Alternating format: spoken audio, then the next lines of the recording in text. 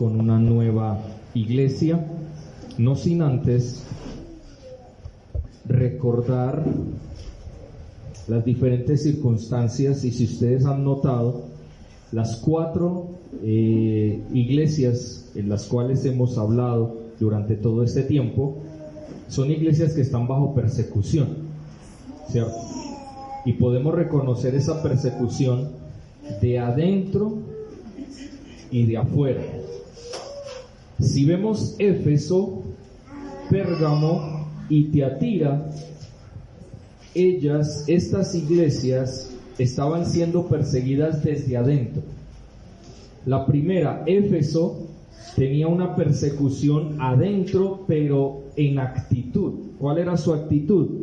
Habían dejado su primer amor. Entonces vemos claramente que esa es una forma de cómo la iglesia es perseguida por el enemigo para ser destruida. Por eso el Señor le pide arrepentimiento, le dice que haga las primeras obras, y si no, quitará el candelero de su lugar, es decir, la iglesia se acabará.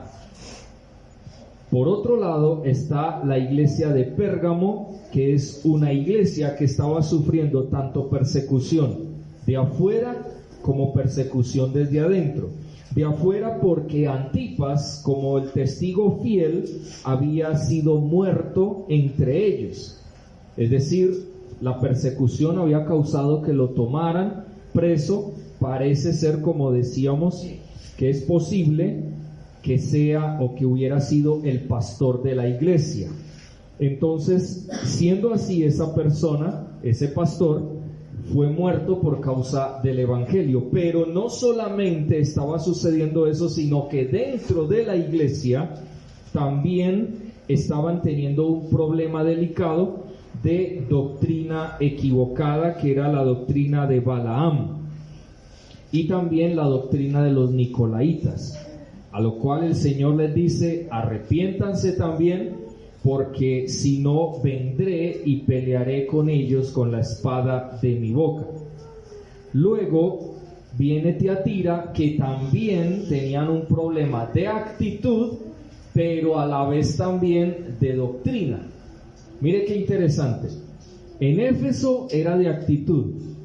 En Pérgamo era persecución de afuera por la muerte de este hombre, por la fe, pero también tenían problema de 2 doctrinas que se habían filtrado dentro de la iglesia y que habían causado que ella se apartara de la voluntad de Dios. En Tiatira ya son 2 cosas. No es persecución de afuera, sino de actitud, porque ellos estaban tolerando, es decir, dejando pasar que una persona se levantara, esta mujer se levantara y empezara a dar doctrina o enseñanzas fuera de la voluntad de Dios. Ahora usted me dirá, bueno, pero ¿qué pasó? Se saltó una. No, lo que pasa es que la dejé para lo último. ¿Por qué? Porque esta es una iglesia diferente, es solo persecución de afuera hacia adentro. Es decir, son aquellas personas que iban a ser metidas en la cárcel y que iban a morir por causa del evangelio. Miren las diferencias y similitudes entre todas estas iglesias. Una de actitud, no de doctrina, porque es más, los de Éfeso, el Señor les dice: tienes que aborreces la doctrina de los nicolaitas, las cuales yo también aborrezco. Entonces es muy claro. En ese lado era de actitud, de dentro de su corazón habían perdido la pasión, habían perdido ese amor, o sea, lo habían dejado a un lado por estar amando las cosas del mundo, habían dejado la pasión por el Señor por la pasión con otras cosas. Porque si a veces nosotros como personas, como iglesia, nos apasionamos de las cosas de este mundo, nos descuidamos por causa de las cosas de este mundo, nos entretenemos con las cosas de este mundo y perdemos, y vamos perdiendo y vamos alejándonos de la voluntad de Dios, de tener esa pasión por el Señor, de quererle servir, de cada día amarle. sino que pasamos anestesiados todo el tiempo. Y somos todos, no son solo unos, somos todos. Todos caemos en eso mismo.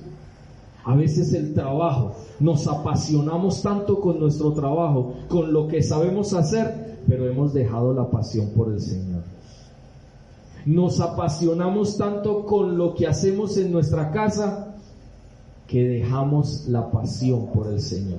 Y entonces empezamos a anhelar los días antiguos, cuando nos metíamos con el Señor, cuando orábamos con el Señor, cuando teníamos una relación muy cercana al Señor. ¿Por qué hoy no lo podemos hacer? ¿Por qué no lo hacemos? ¿Qué es lo que pasa? ¿Qué es lo que sucede? ¿Cuál es nuestro miedo, o qué es lo que estamos haciendo que nos aparta de esos momentos que teníamos con el Señor? ¿Ven? Siempre le vamos a echar la culpa a otros. No, es que lo que pasa es que siempre vamos a tener un pero o es que. Siempre. Para justificar nuestra actitud de abandono de nuestra relación con Dios. Sí, es verdad, llegamos cansados del trabajo, sí. Y a veces somos como que los ojos se nos... Sí, y como para coger el celular, no hay sueño, o ver televisión, no estoy cansado. Ahí sí no hay cansancio, nuestros ojos están así, vean. Pero cuando se trata de estar en el momento con el Señor, no es que tengo mucho sueño, estoy que me duermo, estoy aquí que no puedo, y nos vamos a dormir. ¿Estoy equivocado? ¿O solo me pasa a mí, como dice Juan Fernando? No estoy equivocado y también me pasa a mí. Porque infortunadamente lo del Señor no es tan importante.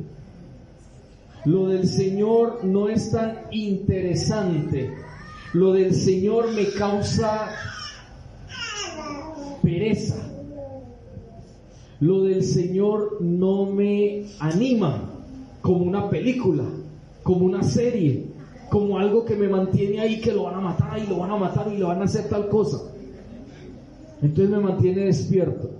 Pero cuando voy a orar, porque se trata de hablar con el Señor, de leer la palabra de Dios, de meterme en el estudio de la palabra de Dios, sí me da pereza porque me da sueño. Empiezo a leer un poquito y ya mis ojos empiezan como a verse nublados y ya empiezo así. No, yo me voy mejor a dormir. Y nuestra excusa es que el Señor no quiere ese tipo de sacrificio. Sí, así somos. Es que el Señor no quiere que yo esté de esa manera así prácticamente dormido. No, yo me voy a dormir. Sí, es verdad, Dios quiere que tú te duermas, entonces vaya, báñese con agua helada, fría, meta la cabeza a la nevera, en el congelador o lo que sea, pero despiértese. Despiértese. Está muy cansado, descanse en el Señor y despiértese y ore y clame y métase con el Señor. Pero eso es lo que vemos en una iglesia como Éfeso, una actitud equivocada. Una actitud de dejar esa relación, esa pasión, ese anhelo por el Señor. Y no nos digamos mentiras, a veces nosotros cuando nos levantamos los domingos estamos tan cansados, qué pereza ir el domingo a la iglesia. No, yo me voy a quedar en camita, estoy muy cansado. ¿Sí? Y si fuera una reunión con la familia, ¿usted qué hace? Usted se para de una, no, hoy viene la familia, hoy me voy para donde la familia, o voy a viajar, o voy a hacer... Usted se para como un resorte. ¿Y dónde quedó el cansancio que usted decía que tenía para ir a estar con el Señor y compartir con sus hermanos? No nos digamos mentiras. Exactamente. Y estamos muy cansados. Me acosté a las 11 de la noche, vine agotadísimo, es que el calor, el frío, es que no, me duele aquí, me duele allá, me duele la cabeza, me duelen los ojos, me duele todo, tengo sueño, pero al otro día madrugo a las 5 de la mañana a trotar, a caminar, a hacer ejercicio o a hacer algún otro tipo de actividad. O si vamos a viajar, no importa el sueño, vamos a viajar, qué bueno, qué rico. Me voy a pasear, voy a pasar, voy a vivir sabroso hoy. Ese es el nuevo término, ¿cierto? Pero esa es la verdad. Pero cuando se trata del Señor, suena chistoso, suena como quiera que suene, pero estamos o hemos abandonado el primer amor. Y el primer amor no depende de los demás, depende de mí mismo. Por eso a veces nos sentimos vacíos. Por eso a veces el Señor permite adversidades en nuestras vidas y cosas complicadas para hacernos sacudirnos. Y a veces no es suficiente con el sacudón que Dios nos da. Y a veces empezamos a decir, no, es que el pastor, vea, me está regañando, el pastor, vea, no, mejor dicho, ya quedé listo, pero ¿y qué estás haciendo? Volvemos nuevamente a acomodarnos tranquilamente ahí y volvemos al mismo punto. Y viene la muerte o vienen circunstancias difíciles y todavía seguimos en lo mismo. Pastor, y es tanta la idolatría que tenemos a nosotros mismos que el Señor siempre es el que tiene que entender. Exactamente, porque nosotros le decimos, no, es que el Señor me entiende, es que el Señor sabe que yo estoy muy cansado, el Señor sabe que yo estoy muy enfermo, el Señor sí, el Señor sabe, pero Éfeso tenía ese problema, nosotros también lo tenemos hoy. Infortunadamente. 2. Viene la persecución de afuera, Esmirna, y era necesario la persecución para que la iglesia despertara, dejara de ser tan indiferente como la iglesia de Éfeso. Tiene que venir algo de afuera, una tribulación, tiene que venir adversidad, tiene que venir muerte, tiene que venir muchas cosas para nosotros para poder entender que necesitamos sacudirnos por fin y hacer la voluntad de Dios. Pero vuelvo y lo digo, a veces el trabajo nos adormece, las cosas en el mundo nos adormecen. Y llegamos a darle al Señor solo las sobras, lo peor de nosotros, no lo mejor. Y yo recuerdo y recordemos lo que hemos venido hablando los viernes sobre la vida de oración del Señor Jesucristo. Jesús era un hombre de la presencia de Dios, es decir, Él no abandonaba la presencia de Dios, nosotros nos mantenemos abandonando la presencia de Dios. Nosotros entramos y salimos, el Señor entraba y no salía. Y usted lo ve, temprano en la madrugada orando, en el día orando y en la noche orando cansado. Y siempre haciendo la voluntad del Padre. Siempre haciendo la voluntad del Padre. Entonces, viene la iglesia de Esmirna, vienen las dificultades, ¿y qué mostraron? ¿O qué decía el Señor? Sé fiel hasta la muerte. Viene la iglesia de Pérgamo, un lugar donde moraba o había trono de Satanás, y hablamos claramente lo que significaba el trono de Satanás, con esas doctrinas que habían dentro de la iglesia, y el Señor estaba triste y enojado en su corazón porque le estaban dando la gloria a los hombres y a los ídolos antes que a Dios mismo. Básicamente lo que decía mi esposa ahora. Luego viene esta otra mujer y empieza también a practicar y a dar un mensaje equivocado de la palabra de Dios, a lo cual el Señor tuvo que herir de muerte a esta mujer y a sus discípulos o sus seguidores que también siguieron con el mismo compromiso con ella. Y una de las cosas, por otro lado, bien interesantes es ver la manera como el Señor Jesucristo se presenta en cada uno de los iglesias. En la primera iglesia se presentó como el que tiene las 7 estrellas en su diestra, es decir, recordemos que las 7 estrellas, de acuerdo al capítulo 1, versículo 20, dice: el misterio de las 7 estrellas que has visto en mi diestra y de los 7 candeleros de oro. Las 7 estrellas son los ángeles de las 7 iglesias, y hablábamos de que los ángeles eran los mensajeros del Señor que llevaban el mensaje y que eran luz para la iglesia, ¿cierto? Eso lo dejamos claro. Y obviamente los 7 candeleros que has visto son las 7 iglesias, que también son luz en medio de la iglesia y en medio del mundo al que tenían acceso en ese tiempo. Entonces se presenta aquí el que tiene las 7 estrellas, es decir, a los 7 mensajeros en su diestra. ¿Por qué en su diestra?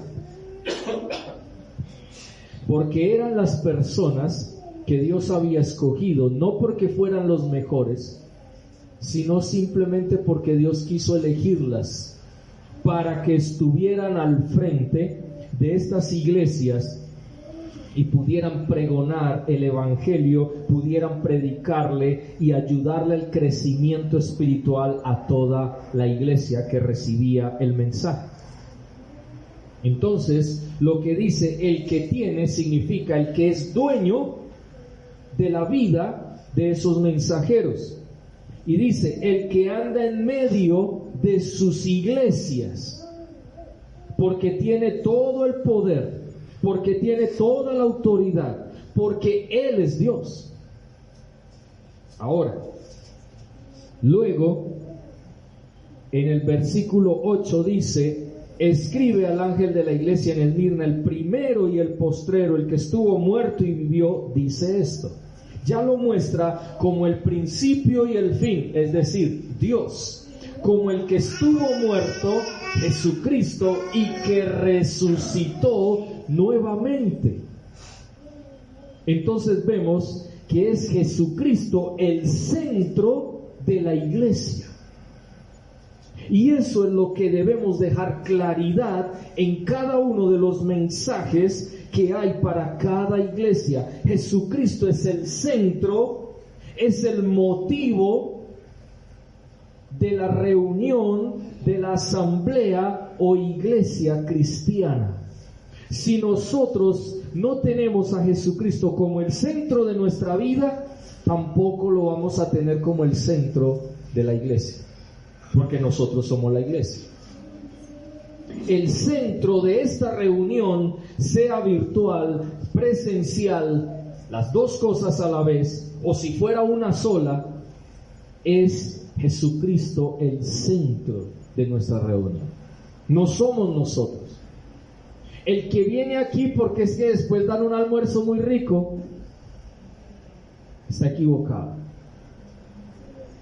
O el que viene aquí porque es que está aperezado de estar en la casa y quiere salir y viene solamente para estar aquí nada más, para compartir, para estar con los hermanos, para reírse, está equivocado.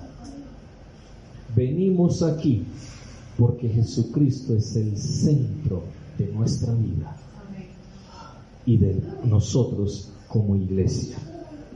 Y eso era lo que estaba pasando en las iglesias de esa época y es lo que está pasando en las iglesias hoy en día.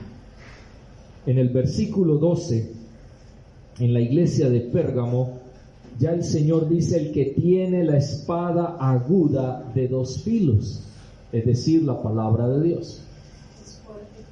Es fuerte y penetrante esa palabra. Entonces lo muestra como ese Dios que tiene el poder cuando habla, y que cuando habla todo el mundo tiene que temblar ante su palabra. Mire, yo creo que a veces tiembla más fácil la naturaleza delante de Dios que nosotros. Dios nos habla a nosotros, pero nosotros no temblamos cuando Dios nos habla. Nosotros a veces lo tomamos como algo, sí, yo sé eso, yo sé, es que yo lo sé. Pero no hacemos lo que el Señor nos dice que debemos hacer. ¿Por qué? Porque creemos que simplemente Dios habla y simplemente si no aceptamos sus argumentos y no nos parece que sus argumentos son sólidos para nosotros, nosotros le presentamos nuestros argumentos y simplemente nosotros ganamos porque nuestros argumentos, entre comillas, son más sólidos que lo que Dios nos dice a nosotros. Qué tristeza que el ser humano, a quien Dios le dio esa capacidad de poder estar delante de Dios, sea tan necio, sea tan duro de corazón, que no tiemble ante la palabra de Dios. Y recordemos que el salmista lo describió de esta manera: tiembla la tierra ante la voz de Jehová. La pregunta que yo te hago y que me he hecho a mí mismo y que me hago siempre a mí mismo: ¿yo tiemblo ante la voz del Señor? Tenemos que ser sinceros, no. Nosotros no temblamos ante la voz del Señor.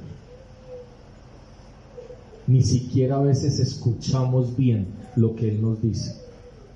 A veces Él nos habla y nosotros no hacemos lo que Él nos dice. Hacemos lo que nosotros nos parece porque nos parece mejor que lo que el Señor nos está diciendo. Y la excusa muchas veces es que nosotros decimos: en la Biblia no habla de eso y no dice nada en cuanto a eso. Entonces quiere decir que yo tengo todo el poder, toda la autoridad, toda la potestad para poder decidir por mí en ese sentido. Entonces tomo las decisiones equivocadas, después viene el Señor, fracasamos, nos prácticamente perdemos el examen de Dios para nuestras vidas y nosotros terminamos simplemente, ahí sí, derramando lágrimas y diciéndole al Señor: ¿por qué? Y diciéndole al Señor: ¿cómo es posible que hayas permitido o que permitas que yo pase por esta circunstancia? Eso no es correcto. Eso no está bien. Eso no es lo que el Señor quiere para nuestras vidas. Y tampoco era lo que Él quería para las vidas de aquellos que estaban en estas iglesias. En el 18 dice: el Hijo de Dios, es la manera como se presenta. El Hijo de Dios, es decir, el Mesías, aquel que murió, que resucitó, el que dio la salvación a la humanidad, el que lo dio todo por el hombre, el que juzga con juicio justo, el que hace la voluntad del Padre, el que tiene todo el poder, dice eso. Y eso es algo interesantísimo, porque vamos a ver que del capítulo 3, que ya son las últimas 1, 2, 3 iglesias que faltan, precisamente Él también se presenta diciendo quién es Él y mostrándole a las iglesias que Él es el centro del culto cristiano. Por eso se llama culto cristiano, por eso nos llamamos cristianos, porque Cristo es el centro de nuestra vida. Todo aquel que venga a mí y me diga: soy cristiano, pero Cristo no es el centro de su corazón, el centro de su vida, no anda conforme la voluntad del Señor Jesucristo, no anda como Cristo anduvo, no me diga que es cristiano. Porque hoy en día todo el mundo dice ser cristiano. Y usted va al diccionario y en el diccionario dice: cristiano, una persona que nace en el mundo. Eso es lo que ellos le dicen cristiano, es decir, a cualquier persona. Pero la palabra de Dios nos enseña que cristiano es aquel que en su vida Cristo es el centro y que le obedece y que anda como Él anduvo y que continuamente lucha para lograr esos objetivos, que es obedecer al Señor en su palabra.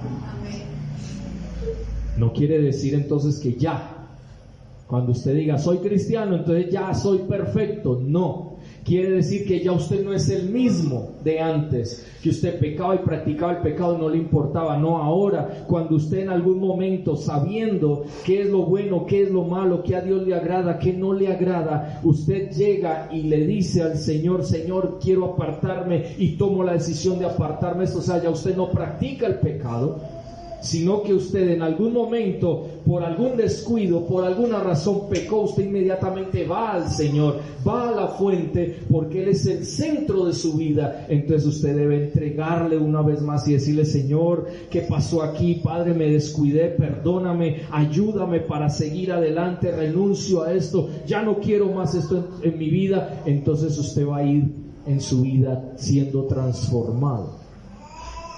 Pero el problema es que a veces nosotros nos acomodamos. Y aquí lo que el Señor Jesucristo le estaba diciendo a las diferentes iglesias es: no se acomoden. Nosotros venimos de una sociedad colombiana que es muy acomodada. ¿En qué sentido? Pasan gobiernos, pasan leyes, y nosotros nos acomodamos a todo. Por eso dicen que el colombiano es muy aguantador, pero cuando ya no aguanta más y revienta, se lleva por delante todo. Pero el colombiano es alguien que aguanta y aguanta y aguanta y aguanta, y viene una injusticia y se la aguanta, protesta pero se la aguantó porque ya le tocó aguantarse. Pero el problema es que se acomodan o nos acomodamos a todo lo que sucede a nuestro alrededor y ya terminamos viéndolo como normal. Y así han sido durante muchos tiempo aquí en este país. Desde que empezaron a venir aquí y colonizaron aquí todos estos sectores del país, que vinieron los españoles y después vinieron unos y vinieron los otros y empezaron a colonizar y empezaron a hacer crecer ciudades, pueblos. La gente se fue acomodando y nosotros como cristianos, infortunadamente, también nos hemos ido acomodando a tal punto que ya empezamos a ver todas las cosas normal. Todo lo vemos normal. Entonces eso era lo que estaba sucediendo, y mire, por eso es que en esta iglesia dice toleras, es decir, se acomodan a que esa mujer siga haciendo y deshaciendo. Pero vemos claramente que el Señor no está de acuerdo con eso. A tal punto se acomodan que en la iglesia de Pérgamo ellos retenían, o sea, tenían allí esas doctrinas equivocadas, porque se acomodaron. Los de Éfeso dejaron el primer amor y se acomodaron a estar sin el primer amor, y se anestesiaron. De pronto los de Esmirna no les era posible porque continuamente los estaban persiguiendo, metiendo en la cárcel, en tribulación, etcétera, etcétera. Pero el Señor dice: sé fiel hasta la muerte. De resto, todas las demás iglesias, de acuerdo a lo que vemos o hemos visto hasta el momento, las otras 3 iglesias que hemos visto, esas otras 3, aparte de las de Esmirna, estaban acomodados y se habían acomodado a vivir una vida que no era la que Dios quería para ellos. Pero encima de todo, como ha venido Juan Fernando estos 2 últimos domingos hablando, nos estuvo comentando, nos estuvo predicando, enseñando acerca de otras palabras, de otras doctrinas que se filtraron en la iglesia de Galacia también. O sea que eso no era nuevo, era algo que inmediatamente, así como el cristianismo empezó a crecer, también el enemigo empezó a meter cizaña dentro del trigo. Y eso es algo muy terrible que debemos tener presente. Ahora, después de haber hablado todas estas cosas, entremos entonces en el capítulo 3, versículo 1, en la iglesia de Sardis. Escribe al ángel de la iglesia en Sardis. Y quisiera mencionar algunos detalles de la iglesia así rápidamente. Una de las cosas de Sardis es que queda por los lados de Turquía. Obviamente ya no existe con ese nombre, y ya no existe esa ciudad. Pero esa ciudad era capital del reino de Lidia en esa época. Era una de las mayores ciudades del mundo también. Tenía una posición estratégica para el comercio y tenía un río que era más o menos a unos kilómetros de allí de esta ciudad. Se llamaba el río Pactolos y de allí se extraían grandes cantidades de oro. Entonces imagínense ustedes la riqueza que llegaba a tener una ciudad como ella. De hecho, allí fue donde nació el primer dinero moderno. Allí fue donde empezaron a acuñar las monedas de oro. Fue desde allí que partió todo esto. Entonces era una ciudad muy rica, muy comercial. Pero a pesar de todo, en el año más o menos 117 después de Cristo hubo un terremoto. Y entonces el emperador de turno, que era Tiberio, él ayudó a reconstruir a Sardis. Pero de ahí en adelante, y en el momento en que empezó a escribirse el Apocalipsis, ya Sardis se había empezado a estancar y empezó una decadencia. A pesar de que era rica, a pesar de que tenía buen comercio y todo eso, empezó a estancarse y empezó a tener una decadencia. Estaba edificada sobre una colina. Ustedes saben que todos esos sectores por allá, así como hay valles, también la mayoría de veces hay mucha montaña, parecido como por acá. Ellos tenían culto a Artemisa, que recordemos quién era Artemisa, ¿cierto? Que era la misma del Antiguo Testamento, a quien adoraba ¿a quién? Jezabel. Eso es claro. Había también una colonia judía que no parecía molestar a la iglesia, porque ustedes ven que van a ver que en esta iglesia no hay algo que hable de aquellos que eran sinagoga de Satanás, aquellos judíos que trataban de que esta iglesia judaizara. No, eran judíos, tenían su sinagoga, tenían su comunidad judía, pero ellos no se metían con los creyentes de la iglesia cristiana de esa época.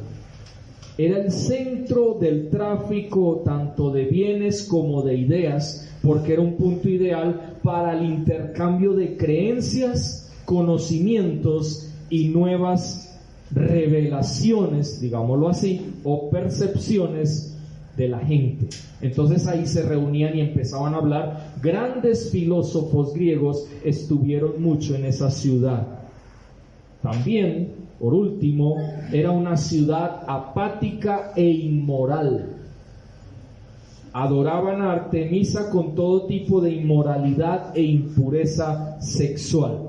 Ellos amaban el placer, los lujos, y eran indulgentes y tolerantes o permisivos. Mire que todo esto nos da una idea de por dónde viene a hablar después el Señor en cuanto a lo que ellos debían hacer. Sardis tiene el significado de los escapados, los sobrevivientes o los que salieron. ¿No les parece a ustedes muy interesante ese nombre o el significado de ese nombre? ¿Por qué? ¿Qué les viene a la memoria? Ese término, los escapados, los sobrevivientes o los que salieron. ¿Qué de pronto les puede venir a la mente que pueda significar?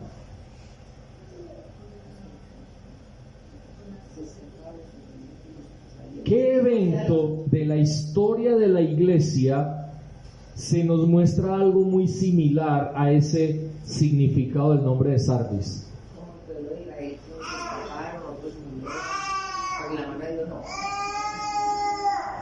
Está más acasito, no tan lejos. De pronto podríamos hablar del pueblo de Israel que escapó, que salió, los sobrevivientes que salieron de Egipto. Pero hay un evento en la historia de la iglesia que también marcó lo que hoy tenemos como iglesia o llamamos como iglesia. Cuando empezaron a predicar de Cristo, los discípulos tuvieron que salir huyendo por diferentes regiones. No, mucho más acá. No, un poquito más antes. Cuando en el 70, cuando prendieron la ciudad y prendieron la iglesia y mataron. No, tampoco. Ya se les olvidó, ya se les fue. Usted lo sabe. La Reforma. Tú diste las cruzadas es un poquitico, yo no te escuché. La Reforma. Es la Reforma con Martín Lutero. Los que salieron de la iglesia de esa época, obviamente al salir de esa época ellos escaparon y sobrevivieron de una religiosidad que estaba causando daño a la misma iglesia, porque la iglesia en esa época, cuando vino Constantino, él unificó la iglesia con el gobierno y la iglesia se prostituyó, se idolatrizó, se volvió idólatra, y eso es lo que conocemos hoy en día como la iglesia universal.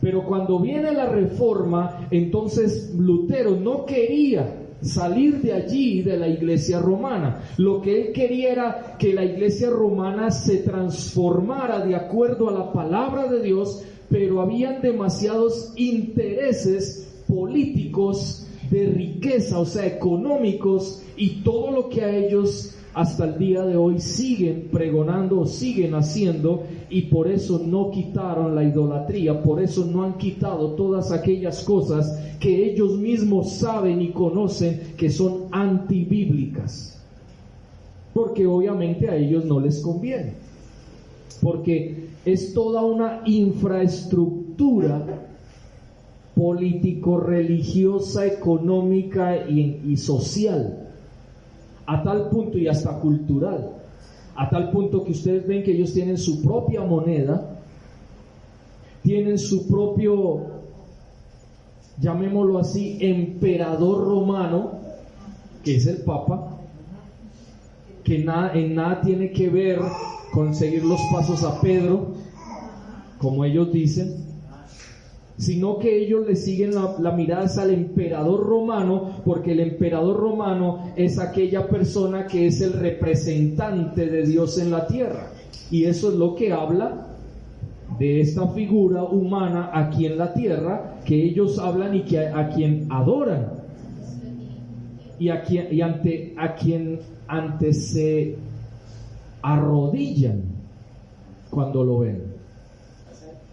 Entonces miren ustedes que bíblicamente las cosas son muy complicadas, muy diferentes, pero aquí claramente dice los escapados, los sobrevivientes, los que salieron.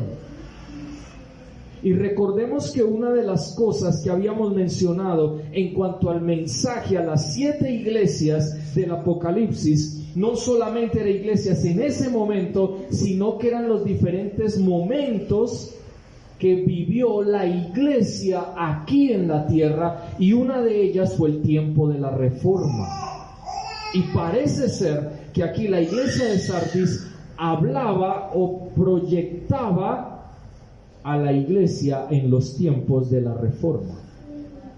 Por eso ustedes notarán que dice el versículo 1: yo conozco tus obras, que tiene nombre de que vives, es decir, dice ser cristiano, pero dice, ¿y estás qué? Muerto. Codémelo ahí, por favor. Codémelo. Estamos en la casa de Dios, con el Señor. Entonces vamos a ponernos las pilas en ese sentido. Conozco tus obras, que tienen nombre de que vives y ¿qué? Y estás muerto. Soy cristiano, pero ¿cómo así que estoy muerto? Si el cristiano debe vivir. ¿Pero por qué vive? Porque tiene a Cristo en su corazón, porque el centro de su vida es Cristo. Por eso quería hablar primero y de una manera introductoria sobre el centro de la vida de cada iglesia, y es Cristo.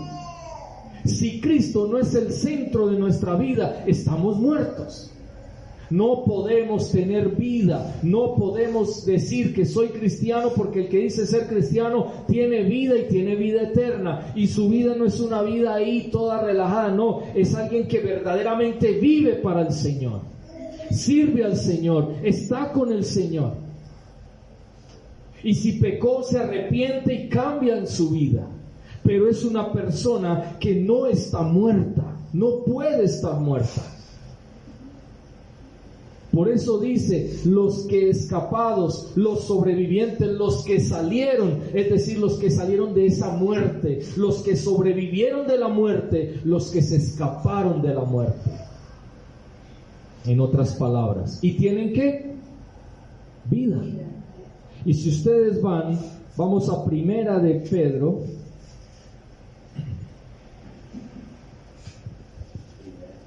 capítulo 2. Primera de Pedro, capítulo 2, y vamos a ver que nosotros tenemos vida porque el Señor es vida.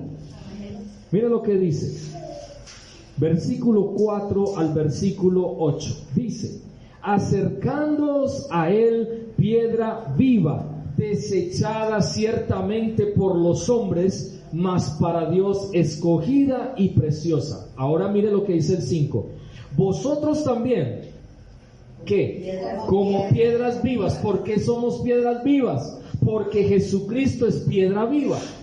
Él no está muerto, Él no se quedó muerto, Él no está en una cruz clavado, como lo dejaron durante, y aún hasta el día de hoy lo tienen en imágenes, ahí clavado en una cruz sufriente. No, Él dio la victoria, Él vive, Él dio la victoria, Él venció, y hoy nosotros somos piedras vivas para poder dar vida a otros, porque Dios nos ha llamado también a dar vida a otros a través de nuestra vida en Cristo. Amén.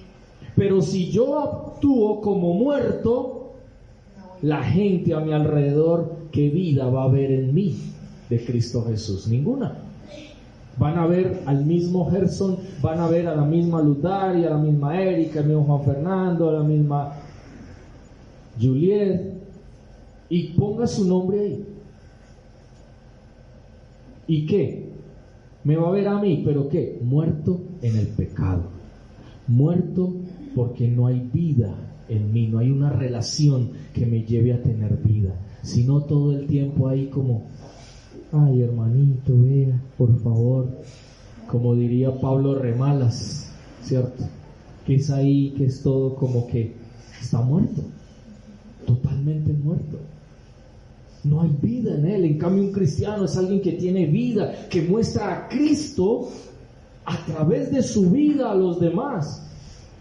Y sí, usted va en algún momento a pegarse, a golpearse, pero como tiene a Cristo, usted no se queda en el piso sobándose, sino que usted llegue y le dice, Señor, sóbame tú y ayúdame a levantarme para seguir caminando, porque no es en nuestras fuerzas, sino en la victoria de Cristo Jesús para nosotros.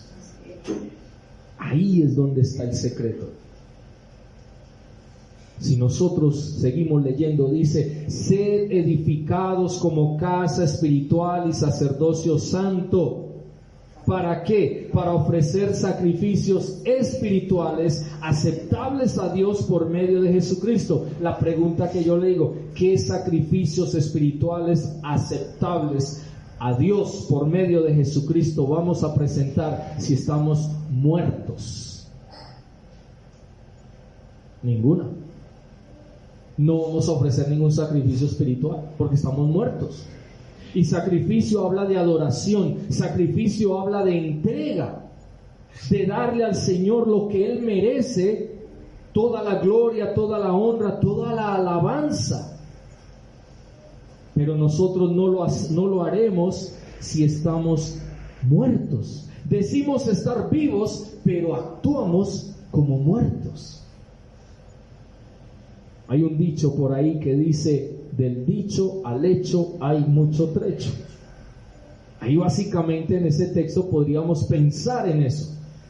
Dices que vives, pero estás muerto. Es decir, ¿qué hace un muerto? Nada, no puede, está muerto. Está allí dormido. No puede levantarse, no puede comer, no puede ver, no puede escuchar, no puede hablar, no puede hacer nada, no puede caminar, no puede sentir, no puede pensar. Está muerto.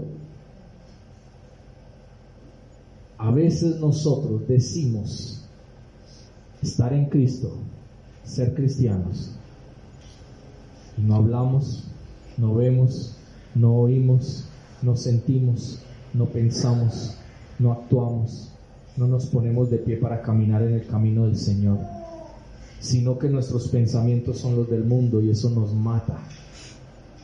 Nuestra vista ve lo del mundo, eso nos mata.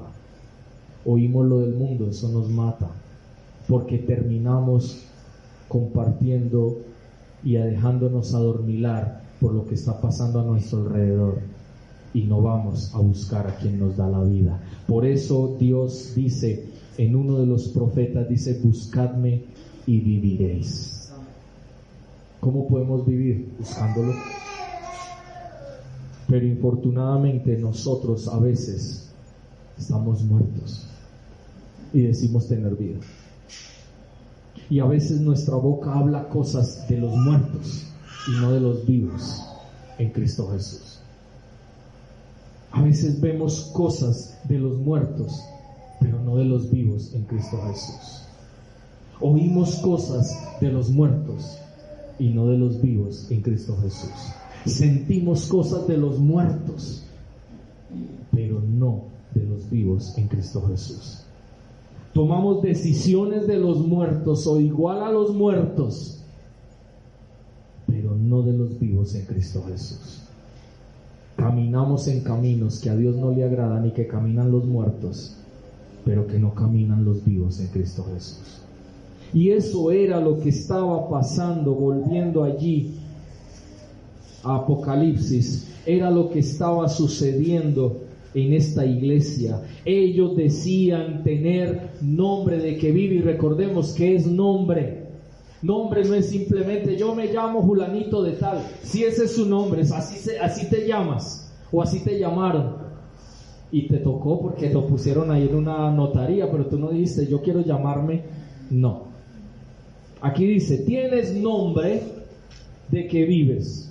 Cuando yo elegí por Cristo, yo sí tuve la oportunidad de empezar a tener una relación con el Señor Jesucristo, y entonces yo pude elegir voluntariamente al Señor Jesucristo y que su nombre estuviera en mi vida. Eso sí es claro.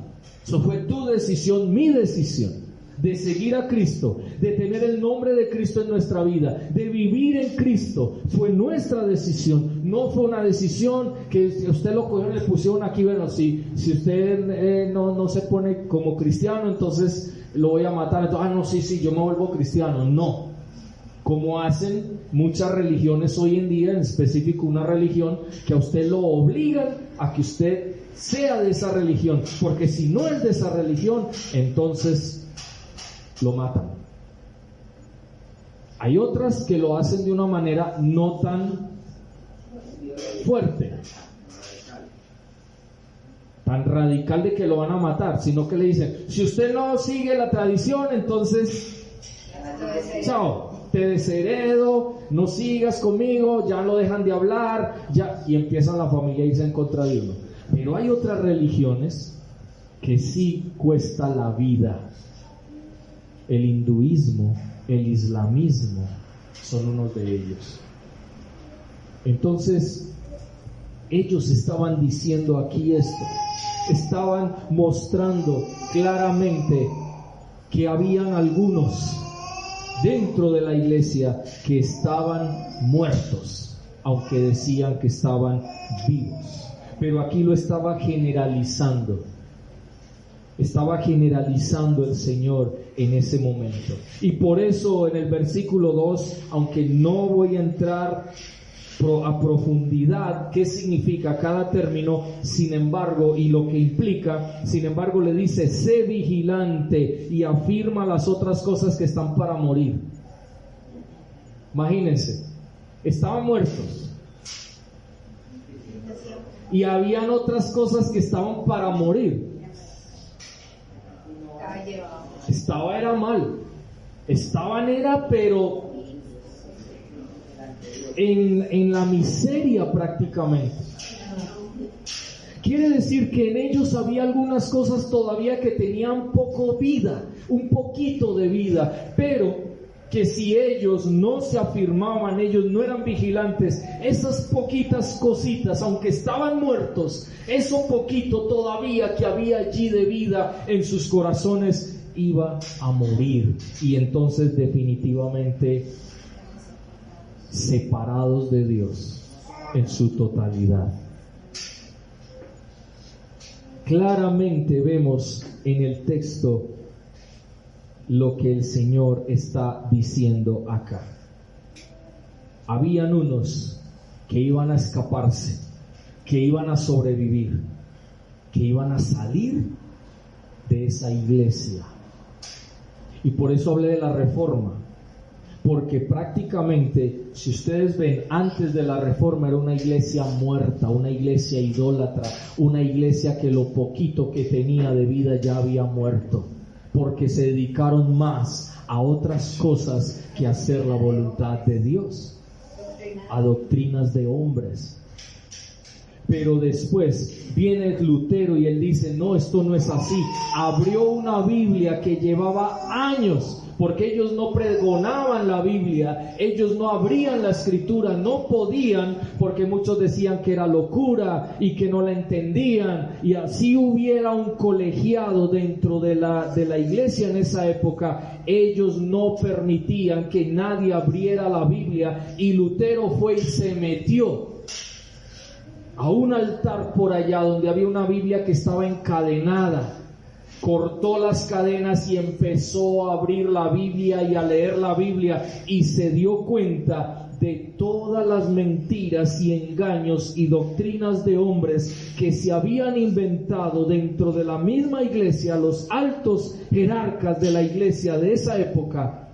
Y empezó entonces a pregonar lo que decía la Biblia, y por eso recordemos que él puso las 99 tesis en el templo de esa época en Alemania, donde hablaba en contra de las indulgencias, en contra del papado y en contra de todas esas cosas. Y como decía, él no quiso escapar, él no quiso salir de la iglesia, él lo que quería era la reforma de la iglesia, pero sabemos por la historia misma que la iglesia no quería reformar nada, sino quería seguir recibiendo todo lo que era la riqueza y todo el poder y toda la politiquería y todas las cosas que en esa época se tenían y que aún todavía persisten.